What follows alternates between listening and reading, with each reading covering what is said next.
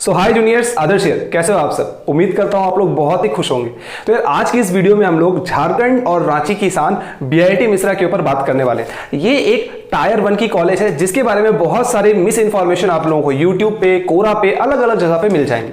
तो आज सारी चीजों को मैं एक एक करके डिटेल में क्लियर कर दूंगा। इस कॉलेज की रिव्यू होगी और इस कॉलेज की रिव्यू मैं बहुत ही बेहतरीन तरीके से इसलिए भी कर सकता हूं क्योंकि मेरे से जो मेरा छोटा भाई है वो वहां पे अभी पढ़ाई कर रहा है, इज इन फर्स्ट ईयर। सो मैं काफी चीजों के बारे में आप लोगों को डिटेल में बता सकता हूं। अगर वीडियो आप लोगों को पसंद आए तो दोस्तों के साथ जरूर शेयर करना और चैनल को सब्सक्राइब कर लोगे तो फ्यूचर में और भी रिव्यूज जो आने वाली हैं वो आप लोगों को मिल जाएंगे। ESTD इस कॉलेज की है 1955। ये मैं इसलिए बता रहा हूं क्योंकि कॉलेज की, खास करके इंजीनियरिंग कॉलेजेस की, पुराना होना बहुत ही ज्यादा जरूरी है। जितना ही ज्यादा कॉलेज पुरानी होती है उतनी ही ज्यादा उसकी नेटवर्क स्ट्रांग होती है। ये आप लोगों को प्लेसमेंट के वक्त मदद करती है, इंटर्नशिप्स के वक्त मदद करती है। अगर आप कुछ पेटेंट वगैरह अगर फाइल करते हैं कभी, वहां पे अगर कुछ प्रॉब्लम्स आती है तो वो मदद करती है। अगर आप कुछ स्टार्टअप ओन कर रहे हो तो उस जगह भी आप लोगों के लिए मदद करती है। लेकिन पिछले 2-3 सालों में इसकी रैंकिंग थोड़ी सी ऊपर नीचे होती रही है। अगर मैं 2019 की बात करूं तो इसकी NIRF रैंकिंग थी 33। वहीं अगर मैं 2018 की बात करूं तो इसकी NIRF रैंकिंग थी 26। वहीं अब हम लोग बात करते हैं एडमिशन प्रोसेस पे। तो एडमिशन इसमें 2-3 प्रोसेस से एक्चुअली होती है। सबसे पहले होता है हमारा जेईई मेंस दे के आप लोगों को जोसा काउंसलिंग के थ्रू जाना होता है। उससे आप लोगों को सीटें मिलती है और आप लोगों की एडमिशन होती है। अगर आप जोसा काउंसलिंग से जब भी जाते हो तो आपकी बोर्ड, मतलब जो क्लास 12 की जो एग्जामिनेशन होती है, या तो आपको टॉप 20 परसेंटाइल में आना पड़ेगा या तो आपको 75% स्कोर करना पड़ेगा एग्रीगेट में, और आप फिजिक्स, केमिस्ट्री, मैथमेटिक्स में पास होने चाहिए, तभी जाके आप लोगों को इस कॉलेज में एडमिशन मिल पाती है। दूसरा तरीका होता है हमारा, इसमें कुछ फॉरेन सीट्स भी होते हैं, फॉरेन कोटा की भी कुछ सीट्स होती हैं। तो कुछ बच्चे बाहर से भी यहाँ पे आते हैं जो कि विदाउट जेईई मेंस क्वालिफाई किए भी इस कॉलेज में एडमिशन आप लोग ले सकते हो। ठीक है। तीसरी चीज होती है हमारी, जो ओबीसी कैटेगरी के बच्चे हैं, OBC 1 और OBC 2, और वो झारखंड से बिलोंग करते हैं। दूसरी बात ये कि 12th भी झारखंड से पास आउट है, तो वैसे बच्चों की भी यहाँ पे एडमिशन होती है। वो इंस्टीट्यूट की एक काउंसलिंग होती है, उसके थ्रू उनकी एडमिशन वहां पे हो जाती है। ठीक है। उसके बाद आते हैं हम लोग एलिजिबिलिटी क्राइटेरिया। तो एलिजिबिलिटी क्राइटेरिया मैंने वैसे बीच में बता दिया था, फिर दोबारा मैं कह देता हूं। Eligibility criteria is 75% in class 12 और टॉप 20 परसेंटाइल में आप लोगों को आना पड़ता है। अब हम लोग बात करते हैं कोर्सेज की। तो कोर्सेज आप लोगों को यहाँ पे बेसिकली 2 टाइप के मेजर कोर्सेज ऑफर की जाती है। पहला तो हो गया हमारा बैचलर इन टेक्नोलॉजी, मतलब बीटेक, और दूसरी चीज हो जाती है हमारी बी आर्किटेक्चर, मतलब BR का आप लोगों को ऑफर किया जाता है। तो बीटेक में यहाँ पे कुछ और सारे ब्रांचेस ऑफर की जाती है, जैसे कि बायोटेक्नोलॉजी हो गई, ECE इलेक्ट्रॉनिक्स एंड कम्युनिकेशन हो गया, EEE हो गई, IT, CSE, chemical engineering. Chemical engineering में फिर प्लास्टिक का एक जो मेजर होता है उसको लेके भी यहाँ पे कोर्सेज होती हैं। मैकेनिकल इंजीनियरिंग हो गए। तो मैं उम्मीद करता हूँ कि सारी चीजें मैंने बता दी, और प्रोडक्शन इंजीनियरिंग भी यहाँ पे होती है। अब हम लोग बात आते हैं इसके कट ऑफ की। तो कट ऑफ में मैं अभी आप लोगों को जनरल कैटेगरी की, जनरल न्यूट्रल, इसकी मैं कट ऑफ आप लोगों को दिखा रहा हूं। और ये 7th राउंड की जो कट ऑफ है, या ओपनिंग रैंक और क्लोजिंग रैंक दी गई। आप लोगों को क्लोजिंग रैंक से मतलब है, तो बायोटेक्नोलॉजी और HS का मतलब होता है हमारा होम स्टेट कोटा। तो होम स्टेट कोटा में बायोटेक्नोलॉजी के लिए आप लोग अगर 60,000 भी अगर रैंक है आप लोगों को, तो ये कॉलेज आप लोगों को मिल जाएगी। वहीं अगर आप लोगों को इंफॉर्मेशन टेक्नोलॉजी या इलेक्ट्रॉनिक्स एंड कम्युनिकेशन चाहिए तो उसके लिए 17,000 और 25,000 रिस्पेक्टिवली। और यहाँ पे देख सकते हो आप लोग कंप्यूटर साइंस एंड इंजीनियरिंग के लिए 13,000। यही अगर आप अदर स्टेट से अगर आप बिलोंग करते हो सपोज, तो अदर स्टेट के लिए भी यहाँ पे क्लोजिंग रैंक यहाँ पे दिखाई गई है, जैसे कि सिविल इंजीनियरिंग के लिए दी गई है, केमिकल इंजीनियरिंग के लिए दी गई है। तो अगर आप लोगों को देखनी हो तो आप लोग यहां पे रोक करके इसे देख सकते हैं। वही अगर आप आर्किटेक्चर से हो तो 8,935 रैंक, अगर आप होम स्टेट से हो, अगर अदर स्टेट से हो तो 3,500 रैंक पे ये कॉलेज क्लोज हो जाती है। तो ये तो मैंने बताया यार जनरल कैटेगरी के लिए। वहीं अगर मैं EWS कैटेगरी के लिए जाऊं तो EWS कैटेगरी के लिए 7th राउंड में हम लोग देख सकते हैं कि क्या यहां पे हमारी कट ऑफ रही है, जैसे कि 7,583 होम स्टेट कोटा बायोटेक्नोलॉजी, जो कि सबसे पीछे वाली ब्रांच है। वहीं अगर मैं बात करूं अदर स्टेट से बायोटेक्नोलॉजी के लिए तो 5,700 रैंक पे ये कॉलेज आप लोगों को मिल जाती है। ये EWS रैंक की मैं बात कर रहा हूं, EWS economically weaker section. SC category के लिए आप लोग देख सकते हो बायोटेक्नोलॉजी की कट ऑफ, केमिकल इंजीनियरिंग की cut off, chemical engineering plastic and polymer की कट ऑफ, ये सारी कट ऑफ मैंने आप लोगों को सामने दिखाई है। अब जो भी बच्चे ऐसे देख रहे हैं जो कि SC कैटेगरी से हैं और इसकी कट ऑफ देखना चाहते हैं, वो यहाँ पे पॉज करके इसकी कट ऑफ आराम से आप लोग देख सकते हो। मोटा मोटी आप लोग ये जान के रख सकते हो कि अगर आपको इस कॉलेज में अगर आप एडमिशन लेना चाहते हो तो एक बात हमेशा ध्यान में रखना है कि आप लोगों की रैंक काफी अच्छी होनी चाहिए, तभी जाके आप लोगों को कंप्यूटर साइंस या IT या फिर ECE जैसी ब्रांचेस मिलेंगी। मतलब अगर आपको कंप्यूटर साइंस चाहिए होगा तो कहीं ना कहीं आप लोगों की, अगर आप जनरल कैटेगरी से हो तो आपकी रैंक तकरीबन 12 से 13,000 के बीच में रहनी चाहिए। वहीं अगर आप IT या कोई और ब्रांच लेना चाहते हो तो 16-17,000 रैंक पे भी आप लोगों को ये कॉलेज मिल जाएगी। ECE के लिए फिर वैसे सब्सिक्वेंटली आगे की रैंक, और अगर आप लोगों को फिर बायोटेक्नोलॉजी जैसी ब्रांचेस है तो वो तो खैर आप लोगों को 50-60,000 रैंक पे भी मिल जाएगी। अब यहाँ पे क्या होता है ना कि स्पेशल राउंड जो होता है, अगर मैं आप लोगों को जनरल कैटेगरी के लिए दिखाऊं, ये रही हमारी जनरल कैटेगरी, ठीक है। और इस जनरल कैटेगरी में अगर आप स्पेशल राउंड देखोगे तो स्पेशल राउंड पे जो हमारी होम स्टेट कोटा के लिए जो सीटें हैं, जैसे कि आप लोगों को 1,15,000 पे भी ये सीटें मिल जाती हैं। तो ये चीज़ भी सोचने वाली है। लेकिन ये CSEB राउंड तक आपकी सीटें बाकी रहेंगी या नहीं रहेगी, ये कोई गारंटी नहीं होती है। इसलिए ज़्यादातर हम लोग 7th राउंड तक ही आप लोगों को कट ऑफ वो दिखाते हैं। थोड़ी सी हायर साइड में, क्योंकि यहाँ पे फैसिलिटीज आप लोगों को काफी अच्छी प्रोवाइड की जाती है, पढ़ाई की स्टैंडर्ड काफी अच्छी है with respect to other colleges में कह रहा हूँ। तो इस वजह से यहाँ की फीस स्ट्रक्चर थोड़ी सी ज्यादा है।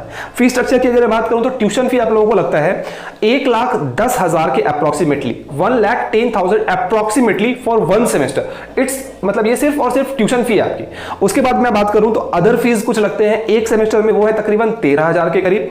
हॉस्टल फीस तकरीबन 16,000 के करीब लगता है आप लोगों को एक सेमेस्टर का, मतलब 6 महीने की एक सेमेस्टर होती है, उस एक सेमेस्टर में आपकी हॉस्टल फीस 16,000 और मेस चार्ज अप्रोक्सीमेटली 20,000 के करीब लगता है आप लोगों को एक सेमेस्टर का। आप मोटा मोटी मान के चल सकते हो कि 4 साल की जो आप वहां पे पढ़ाई करोगे तो 13 लाख से लेकर 14 लाख के बीच में आपकी टोटल खर्च वहां पे आ जाएगी, रहना, खाना, पढ़ना, सारी चीजों को लगा के, ठीक है। तो ये हो गई यार हमारी फीस स्ट्रक्चर। तो ऐसा नहीं है कि फीस स्ट्रक्चर तो कुछ स्कॉलरशिप्स अवेलेबल नहीं है, स्कॉलरशिप्स भी वहां पे अवेलेबल है। आप लोगों को सेमेस्टर में अच्छा स्कोर करना पड़ता है। सपोज अगर आपको 8 CGPA से ज्यादा आती है, 8.5 से ज्यादा आती है, 9 CGPA से ज्यादा आती है, तो उन केसों में आप लोगों को स्कॉलरशिप्स प्रोवाइड की जाती है। कंडीशंस अप्लाई कि आपकी फादर की जो इनकम है उसमें कुछ बैरियर लगाया जाता है कि 4 लाख या 5 लाख। तो वो आप लोग जब कॉलेज में जाओगे तो आप लोगों को डिटेल में सारी चीजें पता चल जाएंगी।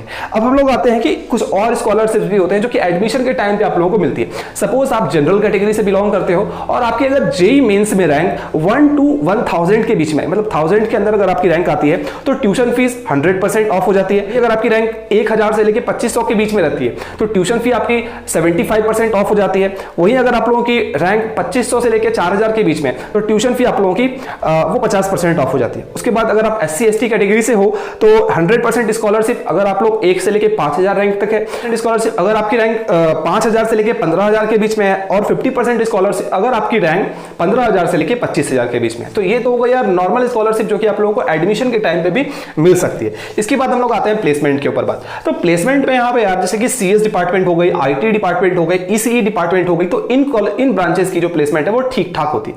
ठीक ठाक मतलब कि बहुत अच्छी होती है, शानदार प्लेसमेंट होती है। लेकिन कुछ ब्रांचेस ऐसे हैं जैसे कि कोर ब्रांचेस जो है हमारे सिविल इंजीनियरिंग हो गई, प्रोडक्शन हो गई और मैकेनिकल, तो इनकी प्लेसमेंट होती है। मैं ऐसा नहीं कहूंगा कि प्लेसमेंट नहीं होती है, लेकिन उस हिसाब से उतनी अच्छी नहीं होती है जितनी हमारी IT डिपार्टमेंट की होती है। ये फैक्ट है।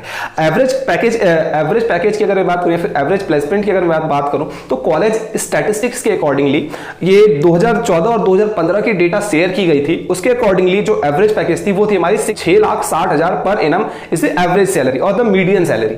लेकिन अगर मैं अभी की स्टैटिस्टिक्स की अगर मैं बात करूं तो ये तकरीबन 7 से लेकर 8 लाख के बीच में आपकी एवरेज पैकेज वहां पे मिल जाती है। लेकिन इसका मतलब ये नहीं है कि अगर आप सिविल इंजीनियरिंग से भी हो तो आपकी एवरेज पैकेज 7 लाख ही होगी, क्योंकि यहां पे IT department, CS department, ECE department की हायर पैकेजेस भी जाती हैं, तो उनको मिला के हमारी टोटल कॉलेज की जो मीडियन सैलरी है वो आप लोगों को काफी अच्छी देखने को मिलती है। तो ये मैं आप लोगों को पहले ही बता देना चाह रहा हूं। हाईएस्ट पैकेज की अगर मैं बात करूं तो it is 40.8 lakh per annum, आप लोगों को यहां पे ही पता चलेगी। तो प्रोज में सबसे पहले हम लोग बात करते हैं डाइवर्सिटी की, क्योंकि काफी जगह से बच्चे यहां पे पढ़ने आते हैं, हैदराबाद से, बैंगलोर से, चेन्नई से, केरला से, चाहे अगर आप नॉर्थ ईस्ट की प्लेस ले लो, चाहे आप नॉर्थ ले लो या फिर वेस्ट ले लो या फिर ईस्ट कहीं से भी ले लो, हर जगह से अच्छे बच्चे आते हैं पढ़ने के लिए। अच्छे बच्चे इन द सेंस जिनकी रैंकिंग काफी अच्छी है, वो सारे बच्चे यहाँ विजिट करते हैं पढ़ने के लिए। तो सबसे इंपॉर्टेंट बात और सबसे अच्छी बात ये है। दूसरी अच्छी बात में मैं बात करता हूं कि CS डिपार्टमेंट, IT डिपार्टमेंट और ECE डिपार्टमेंट, इनकी प्लेसमेंट बहुत ही शानदार होती है। अगर मैं कंप्यूटर साइंस की बात करूं तो यहाँ की एवरेज सैलरी, जहां तक मैंने पता करने की कोशिश की, तो average salary is around 10 lakh to 11 lakh. वही अगर मैं IT डिपार्टमेंट की बात करूं जो कि BIT मिश्रा में CS डिपार्टमेंट से भी अच्छी है, तो उसकी एवरेज सैलरी और median salary is around 11 lakh to 11.5 lakh. ठीक है, अब इसमें थोड़ी बहुत वैरी कर सकती है, जितना मुझे पता चला वो मैं आप लोगों को शेयर कर रहा हूं। ठीक है, और ECE डिपार्टमेंट की average salary is around 8.5 lakh to 10 lakh के अराउंड इनकी एवरेज सैलरी वो हो जाती है। ठीक है, ये कि इसकी जो कैंपस है काफी बड़ी लश ग्रीन कैंपस आप लोगों को मिलती है। मतलब तकरीबन मैं बता रहा हूं इसकी कैंपस की 980 एकड़ वहां पे दिया गया है। तो 980 एकड़ में सिर्फ और सिर्फ कैंपस नहीं होगी, उसमें बहुत सारे तो जंगल वगैरह है, वो सारी चीजें यूज भी नहीं होती है, लेकिन फिर भी जो आपकी कैंपस है, जो आपकी बिल्डिंग है, जो आपकी इंफ्रास्ट्रक्चर है, वो काफी अच्छी आप लोगों का इंफ्रास्ट्रक्चर और काफी सुंदर इंफ्रास्ट्रक्चर आप लोगों को मिलती है। एक और इंपॉर्टेंट बात की जो रांची की जो वेदर है वो मतलब आपको वहाँ से प्यार हो जाएगा। जब आप वहाँ पे जाओगे तो रांची के वेदर से प्यार हो जाएगा, मतलब ना ही बहुत ज़्यादा गर्मी ना ही बहुत ज़्यादा ठंडा। तो ये भी एक आप पॉजिटिव पॉइंट लेके चल सकते हो, ठीक है। इसके बाद हम लोग जाते हैं कि यहाँ के फेस्ट और स्पोर्ट्स फैसिलिटीज काफी अच्छी हैं, काफी अच्छी है यहाँ की स्पोर्ट्स फैसिलिटीज। उसके बाद हॉस्टल जो है यार, आप लोगों को काफी सारे बच्चों से मैंने बात करने की कोशिश की, तो सेकेंड ईयर से आपकी हॉस्टल, आपकी मेस, आपका रहने का जगह जो भी है, वो सारी चीजें काफी ज्यादा इंप्रूवमेंट हो जाती है। फर्स्ट ईयर में आप लोगों को जो हॉस्टल मिलती है वो बहुत ज्यादा अच्छा तो मैं नहीं कहूंगा, लेकिन ऐसा नहीं है, कुछ बच्चे ने साफ साफ ऐसा कह दिया कि ये खराब है, ऐसा बिल्कुल भी नहीं है। एक रूम में आप लोग 2 जन रह सकते हो, और जैसे एक बाथरूम है तो उस एक बाथरूम में 5 या 10 जन या 15 जन को यूज करना पड़ता है। मतलब जैसे आपने 3 इडियट्स में देखा था कि 10 बाथरूम एक साइड लगा है और वहां पे फिर बच्चे जाके उसे यूज कर रहे हैं, तो कुछ उस तरीके से सिनेरियो रहती है, ठीक है।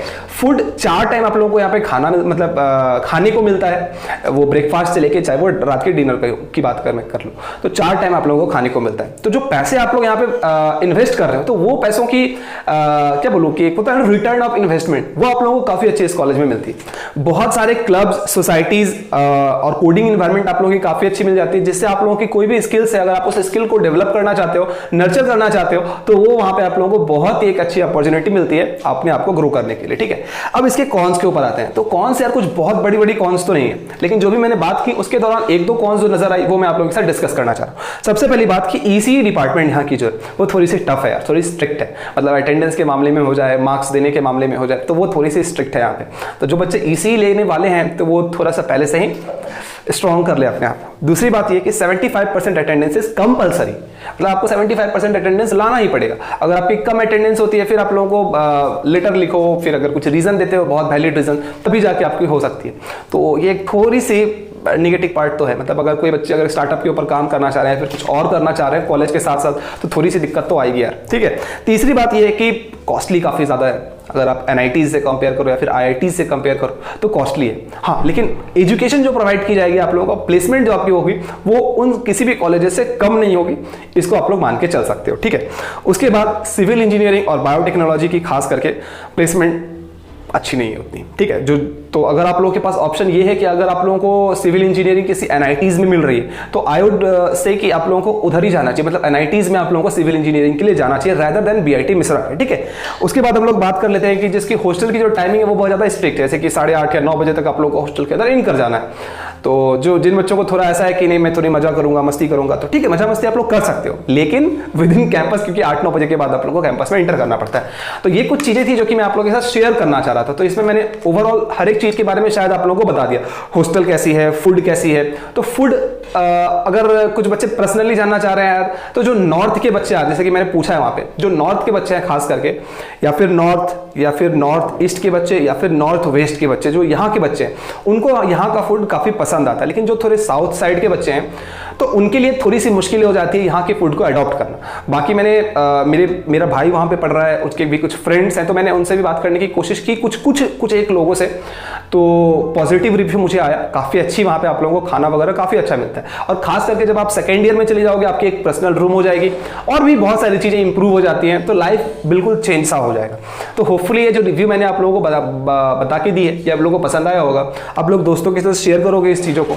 कहीं अगर मेरे से कुछ भूल चूक हुई हो इस रिव्यू के दौरान, तो आप मुझे कमेंट बॉक्स पे कमेंट करके जरूर बताएं। और इसी तरीके की रिव्यूज अगर आप फ्यूचर में देखना चाहते हो तो चैनल को सब्सक्राइब कर लें, और हाँ, दोस्तों के साथ जरूर शेयर करें। बताएं कि आदर्श बर्नवाल भैया या फिर मेरे जूनियर या फिर मेरे सीनियर जो भी हैं, वो रिव्यू कर रहे हैं, कॉलेजेस की ऑनेस्ट रिव्यू कर रहे हैं। आप लोग जाकर चैनल को सब्सक्राइब कर सकते हो। फिलहाल के लिए लेता हूं अलविदा, एक और वीडियो के साथ मिलूंगा जल्द ही, तब तक के लिए बाय बाय।